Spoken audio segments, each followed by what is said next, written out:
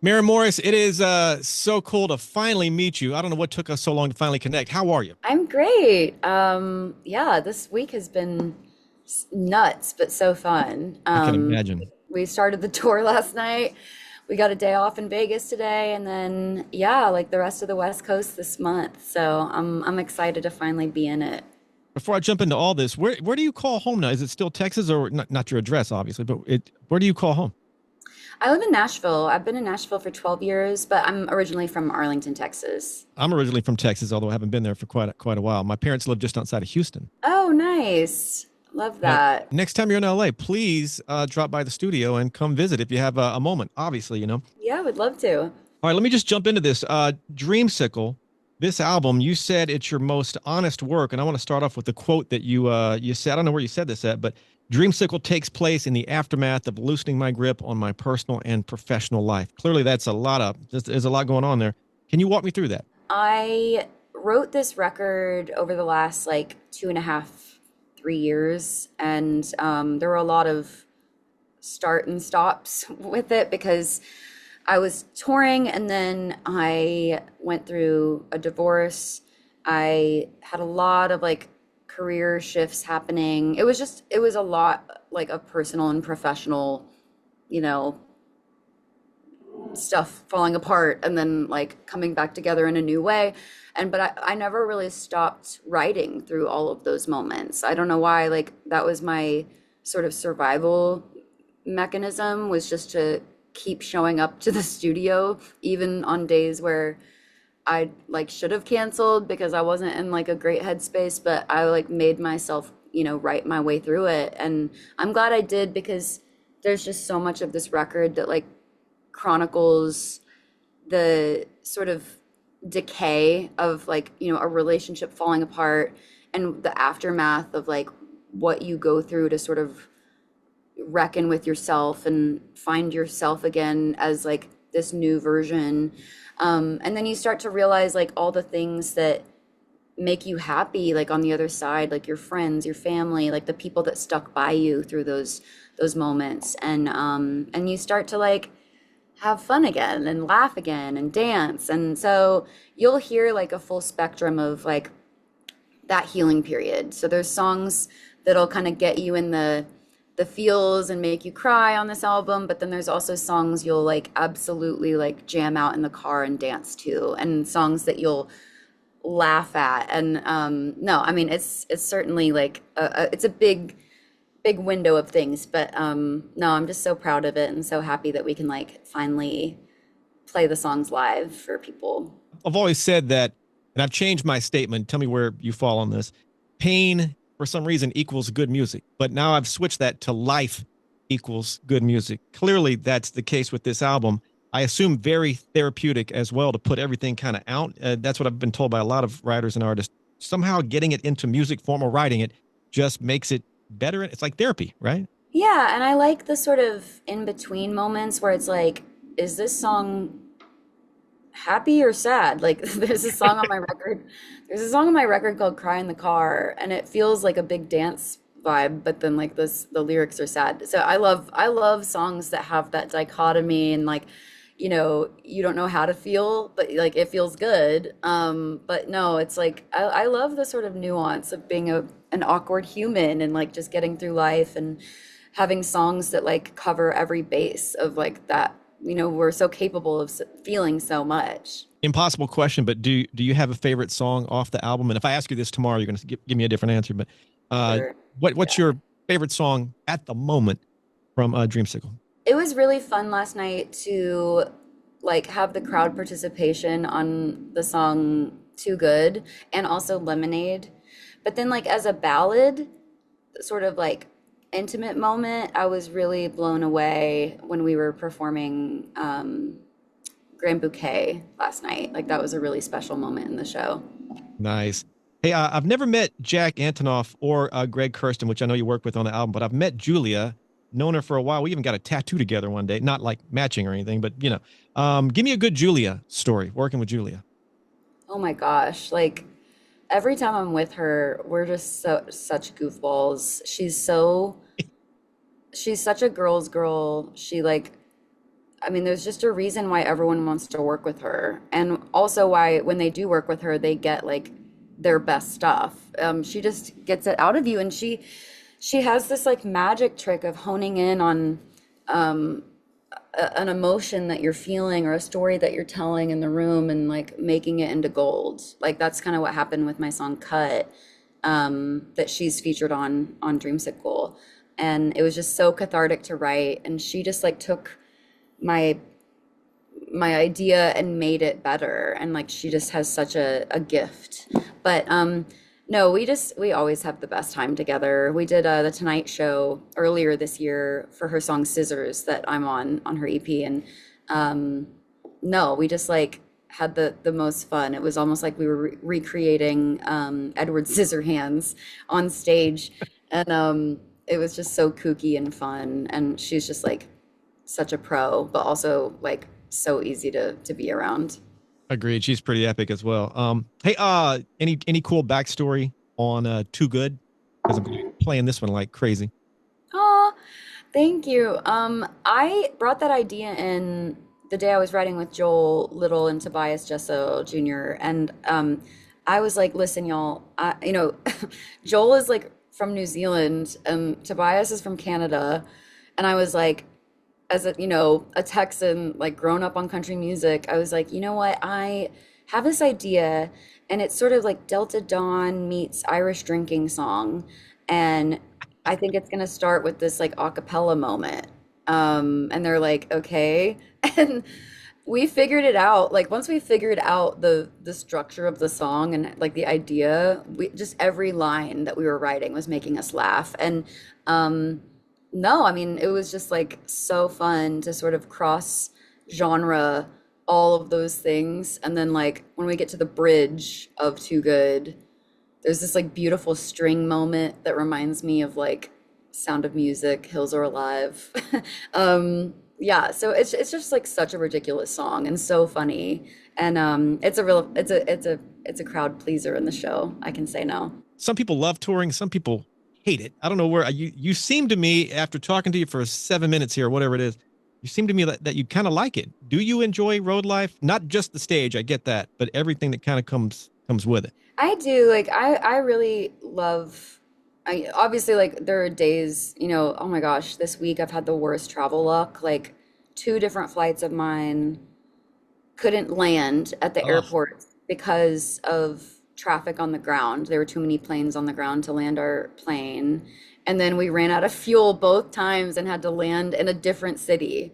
And I was just like, by the second time it happened, I was like, this I just want to get to the first stop of the tour so we can stop flying on airplanes and just get on the tour bus. Because then I knew I was like, I don't have to worry about this BS anymore. But no, I love being on the road. Of course, there's like those days where you're like, this is hell. But no, like we got to where we needed to be, luckily. And the shows are like the best part, of course. But like I like all the hijinks around the show too. Like when we have a day off and we're in the middle of nowhere, my band and crew and I like we'll always do something fun, and like we'll go see a movie, or like they'll go on a hike, or we'll like just sit around the buses and camping chairs and like talk till 2 a.m. So I mean, yeah, I like all the things that go into touring. funny you say that. One of my questions is, what do fans typically say when they meet you in the wild, so to speak, not at a meet and greet or at a concert? And I can imagine like fans must have seen like somebody that girl looks like Maren Morris here at the movies. What the heck? Have you had those encounters, and how do they typically react when they see you? Yeah, I mean, everyone, luckily, like people who are fans of mine are always really respectful and kind. And I think the first thing they usually say, like, they can't believe I'm like as short as I am in person. Yeah, that's probably the biggest shock to them. But no, I mean, everyone's typically like really nice. And, if I have like my son out with me, people are like really sweet and like, don't take pictures of him. And yeah, so I'm lucky that like my fans are on my side and they care about me. Maren, give me a good, funny on stage mistake. Everybody makes mistakes. I would love to hear one of yours that's just, like Like where fans really notice like something, what the heck just happened kind of a thing. There's a lot. There one comes to mind, and I have to dispel the the lore about this. But last year I was playing Willie Nelson's Picnic, and everyone thought like they saw my skirt, and I wasn't wearing underwear. But I like, Oh of course, man. was like, I was horrified when I like heard about it, and then I saw the video, and I was like, oh, thank God. I was like, I'm just wearing underwear that's like flesh toned. And I was like, it instantly like neutralized any embarrassment because I was like, okay, y'all can think whatever you want, but I absolutely was wearing underwear. But it like kind of went viral on TikTok, of course. But I mean, funnily enough, like I haven't, knock on wood, had a big like spill on stage yet. I know it's gonna happen because there's stairs on this new tour set. It's probably gonna happen like literally the next show now that I've said it. But I just completely cartwheel down the stairs. Oh my gosh, please don't. Knock on wood for sure. Yeah. Hey, Maren, we just met. You don't know this about me, but I am obsessed with the paranormal, ghost, haunted houses, all this kind of stuff. I even have a podcast called Paranormal. I talk to people who've had real paranormal encounters. Have you ever had anything you would consider a real paranormal encounter? No, and it pisses me off because like I grew up really thinking I was a witch, and like I would always do like light as a feather, stiff as a board with my friends. We were Did that ever obsessed. work? No. Like maybe we convinced ourselves it did, but um I loved the movie The Craft. I still do, but I like fully was convinced I was a witch, and we would do like seances, and my mom like she wouldn't let us have like an Ouija board in the house because she was like, "You're gonna." She's so scared of The Exorcist, and she's like, "You're gonna invite a demon into the kitchen." And, but no, I've never had an experience like that, and I've been in like pretty haunted places. Like we played the rave. Oh, We've played the whoa. rave in Milwaukee several times. Like that pool area is really creepy, but I've never like heard a voice or felt a chill. Um, but yeah, I would hope if I did, it'd be like a friendly ghost. Speaking of the rave, I'll just drop this on you. I talked to the band AJR. I'm not sure if you know those guys or not, but they said they were about to check into the dressing room, right? And they're standing outside of the dressing room. This is the only entrance to the dressing room. They opened the door, looked in, everything's just normal. They continue their conversation in the hallway there or on the outside. 30 seconds later, they go back in and the chairs are stacked up, almost like they fell up. And they've told me that story for the same story for about the last 6 or 7 years now. I believe them. I think next time you go to the rave, you should really look into that dressing room area, among other places. Okay, yeah, that would freak me out for That's my sure. challenge to you. If you, well, the next question I was going to bring up, final thing on the paranormal, would you consider requesting the haunted room at some of these hotels you're going to be staying at? A lot of the hotels are beautiful hotels you're going to be at, obviously, but more than you think have a history. Please request the haunted room if you feel so. If you feel inclined, please request the haunted room and let me know what happens. I would love to know. I'm gonna have to Google like the hotels this has happened at, but um, that might freak me out actually. I don't know if I'd sleep well. I'd have to like melatonin myself to be able to sleep somewhere someone died. Oh man, the But it's melatonin stuff. probably happened and I didn't know it. Yeah, melatonin gives me bad dreams. So yeah, I would think twice on that. Mary Morris, final question, final two questions. What else do people need to know, Mary Morris, about you? I think I've overshared plenty. If you listen to the record, you're gonna be like, I know this person and a little too well.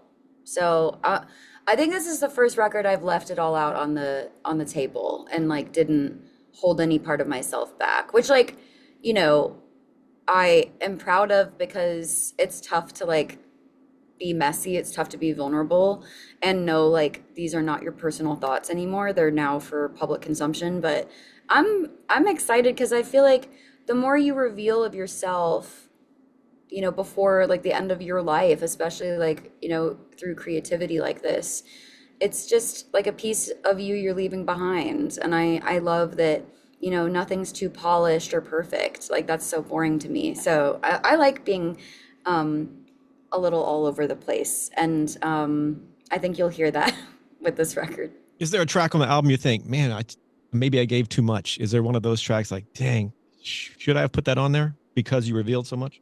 Yeah, I mean, there's a song on Dreamsicle called This Is How a Woman Leaves that's like pretty visceral.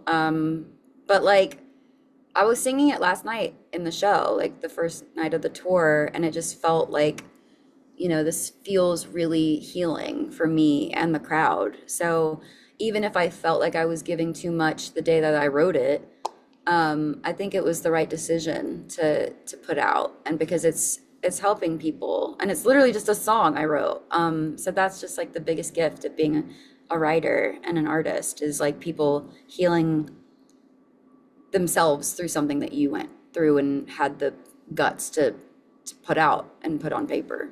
Final question, Maren. Message to your fans. What would you like to say to OG fans as well as the new fans you're going to pick up with Dreamsicle and the deluxe album, of course? But yeah, message to fans. Just thank you for like allowing me to continue on doing this. This is my fourth album and fourth album tour, and no, it's just amazing that I get to like do what I love and do it with people I love, and I think all an artist really wants is like creative freedom and like a fan base that grows with you. And you learn after like, now I'm like 10 years into this with the fourth record being out.